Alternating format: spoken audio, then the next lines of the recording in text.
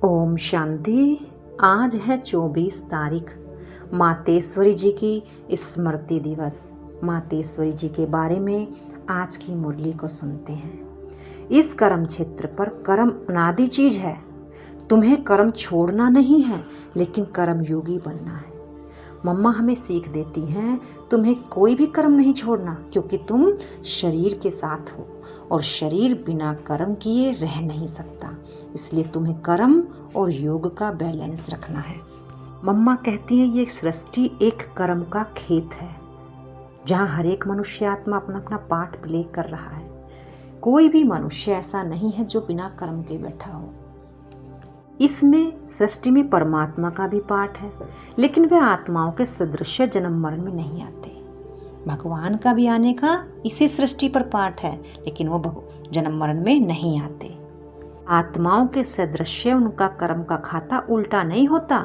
वो तो कहते हैं मैं सिर्फ तुम आत्माओं को लिबरेट करने आता हूँ, तुम्हें गाइड बनकर ले जाने आता हूँ, तुम्हें श्रीमत दे के तुम्हारे कर्मों से तुम्हें तुम्हारे बंधनों से छुड़ाने आता हूँ। मेरा इस सृष्टि पर पाठ है सभी आत्माओं को बंधनों से छुड़ा करके वापस साथ ले जाना। मैं तुम्हें अनादि नियम और कायदे हैं उन पर उन्हों को समझाने आता हूँ। फिर इस मनुष्य सृष्टि की वृद्धि कैसे किस तरह से होती है, फिर वह टाइम भी आता है। मम्मा कहती थी सृष्टि में हर चीज का नियम है, अपने शरीर का भी नियम है। पहले बाल, फिर किशोर, फिर युवा, फिर वृद्ध। तो वृद्ध भी जल्दी नहीं होता, उसमें भी टाइम लगता है। इसी प्रकार से यह सृष्टि भी जड़ जड़ीभूत होने में उसमें भी टाइम लगता है। हर बात का बढ़ना और फिर बात का खत्म हो जाना, ये भी नियम बना हुआ है। यानी सृष्टि पर कोई भी कार्य बिना नियम के नहीं चलता, इसमें जरूर कोई ना कोई कल्याण है। मम्मा बताती हैं सबसे पहला जो धर्म है वह सबसे ताकत वाला होता है। पीछे आहिस्ते आहिस्ते आते जाते हैं और देवताई धर्म की ताकत खत्म हो जाती है। और धर्म जब नए आते हैं तो वो अपनी अपनी ताकत कुछ समय के लिए वो भी दिखाते हैं। ये भी सृष्टि पर नियम बना है। तो हमें इस ड्रामा को समझना है, इस सृष्टि कैसे बनी हुई है। हमें किसी को भी गलत नहीं कहना है, क्योंकि हर एक का आने का पार्ट है। जब हर एक का आने का पार्ट है तो हर एक कर्म भी अवश्य करेगा। बाबा कहते हैं जैसे धर्म स्थापक भी अपने समय पर आते हैं, आत्माएं भी हर कार्य अपने समय पर करती हैं, तो मेरा भी पार्ट अपने ही समय पर होता है आने का और तुमको पावन बनाने का।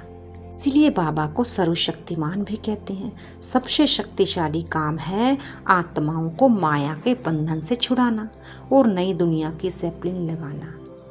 इसलिए उनको अंग्रेजी में कहते हैं हेवनली गॉड फादर।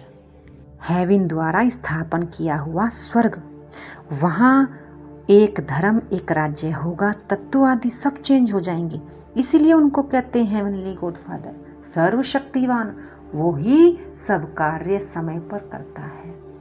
मम्मा बताती हैं गॉड कोई और चीज नहीं है, गॉड इज ट्रूथ है, यानी भगवान ही सत्य है और कोई सत्य नहीं होता। एक बाबा ही आकर के सभी बातों की सच्चाई बताते हैं, इसलिए गॉड को ट्रुथ माना जाता है। उसमें ही सच्चाई है, तब तो उनको नॉलेजफुल कहते हैं। Ocean of knowledge, ocean of bliss, god knowledgeful कहा जाता है। मम्मा कहती हैं मनुष्यों के लिए कह देते हैं अल्पज्ञ है और परमात्मा के लिए कह देते हैं वह सर्वज्ञ है, यानी वो सबके प्रति समान है, जिसको अंग्रेजी में नॉलेजफुल कहते हैं, यानी सर्व का ज्ञाता, सबको एक जैसा पढ़ाता है, एक जैसा देता है। आत्माएं कैसी होती हैं? हद की प्रज्ञा है, उनकी अपने अपने तक ही देने की बस क्षमता होती है। मम्मा कहती हैं ऐसा नहीं है कि किसी ने अच्छा काम किया तो उसको अच्छा फल उसी समय मिलेगा, नहीं। ये कर्मों का गणित है, कर्मों की खेती है। जब तक उसका हिसाब किताब पहले का क्लियर नहीं होगा, तब तक उस अच्छे कर्म का भी फल नहीं मिल सकता। मम्मा कहती हैं ऐसा नहीं कि किसी को थोड़ा पैसा मिल गया और कह दे ये भगवान ने किया, यह तो हम भी अच्छे कर्म करते हैं तो उस कर्म का फल हमें मिलता है। अच्छे बुरे कर्मों का हिसाब चलता रहता है, उसका भी हम पाते रहते हैं। लेकिन परमात्मा ने आकर के जो कर्म सिखाया उसका जो फल है वह अलग है। अल्पकाल का सुख तो बुद्धि के आधार पर मिलता है, अल्पकाल का सुख बुद्धि के आधार पर मिलता है।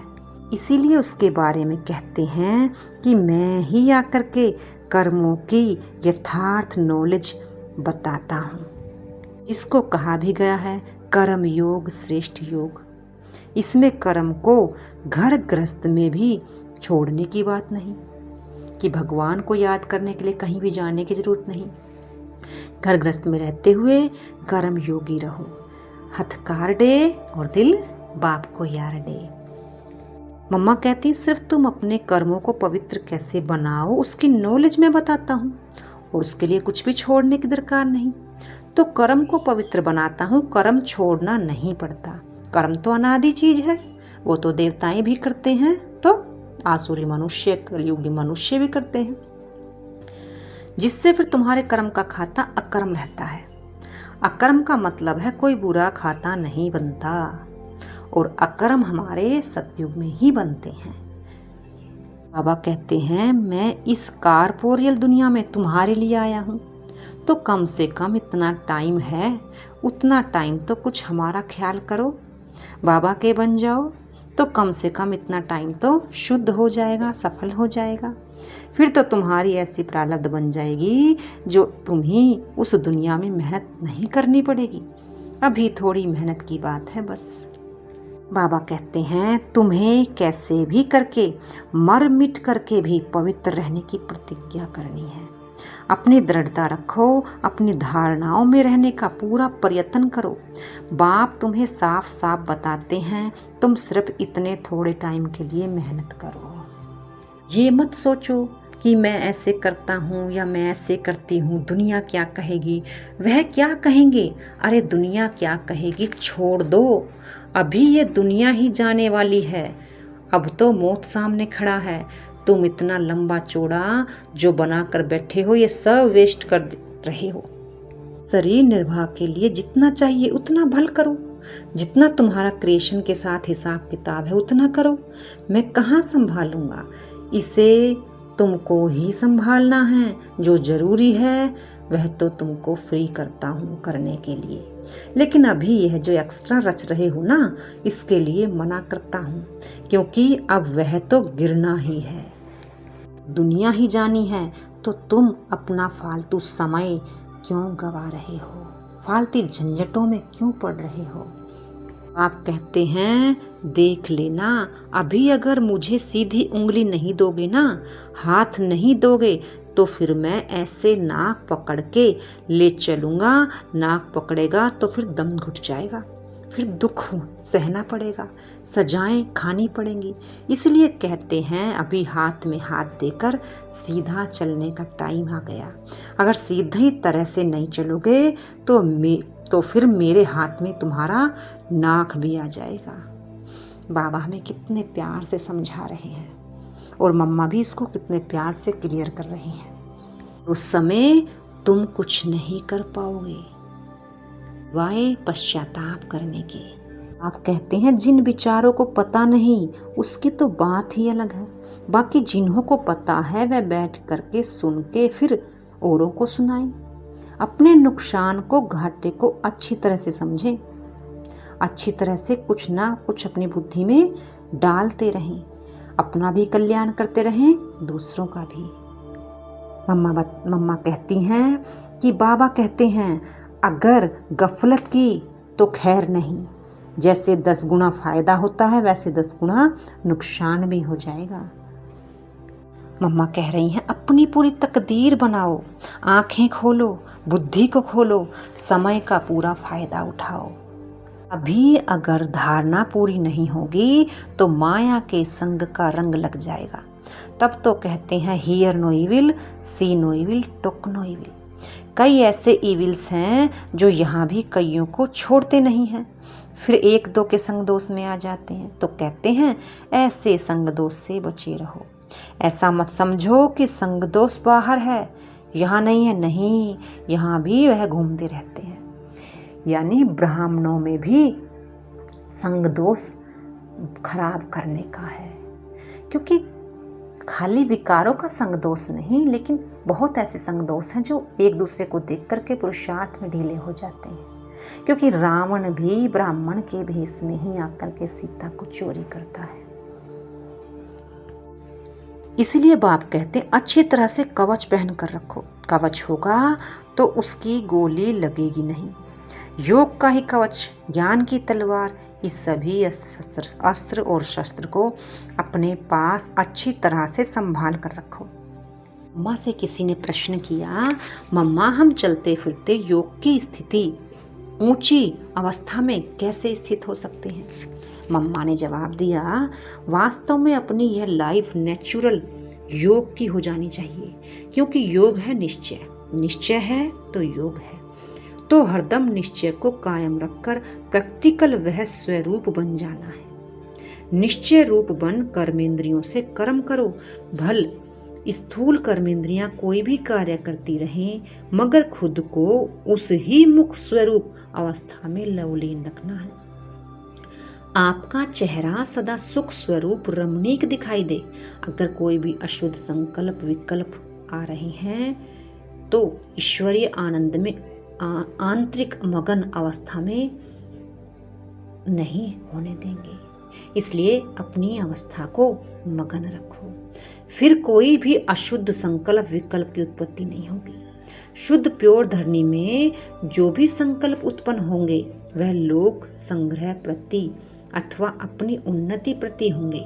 यह अति मीठी सुंदर अवस्था है जो समय पर मदद करती है। ऐसे ईश्वरीय अलौकिक मीठी प्योर लाइफ बनाने का अब ही गोल्डन चांस तुम्हें मिला हुआ है। तो ऐसी अवस्था बनाने के लिए थोड़ी मेहनत तो करनी पड़ेगी। आगे पूछते हैं, जब हम योग में बैठते हैं तो अंदर में मंत्र पूजा जप आदि कुछ भी नहीं करते? जैसे भक्ति मार्ग में कोई अंदर ही अंदर प्रार्थना करते हैं, माला जपते हैं, मूर्ति को सामने रखकर फूल चढ़ाते हैं, वह सब कुछ अंदर ही अंदर करते हैं, जिसको मनसा पूजा कहेंगे। लेकिन हमारे योग में हम सिर्फ अपने स्वरूप में स्थित हो सुख स्वरूप बन जाते हैं। अपने मन सहित सभी कर्मेंद्रियों को कंट्रोल कर एकाग्रचित बन ईश्वरीय सुख स्वरूप हो जाते हैं। इसके लिए योग का टाइम पर्सनल मुकर्रर है, जहां एक टाइम पर बैठकर अभ्यास करते हैं। सिर्फ व्यक्त बातों से नाता तोड़ना है, अव्यक्त संबंध से नाता जोड़कर रखना है, तो याद सहज हो जाएगी। मम्मा कितना अच्छा बताती हैं। मम्मा की मुरली से ही पता चलता है कि मम्मा की अवस्था कितनी अच्छी थी। मम्मा कहती एक ही स्वरूप में मम्मा टिक जाती थी, यानी मैं हूँ ही सुख स्वरूप, तो और कोई संकल्प ही नहीं आता था।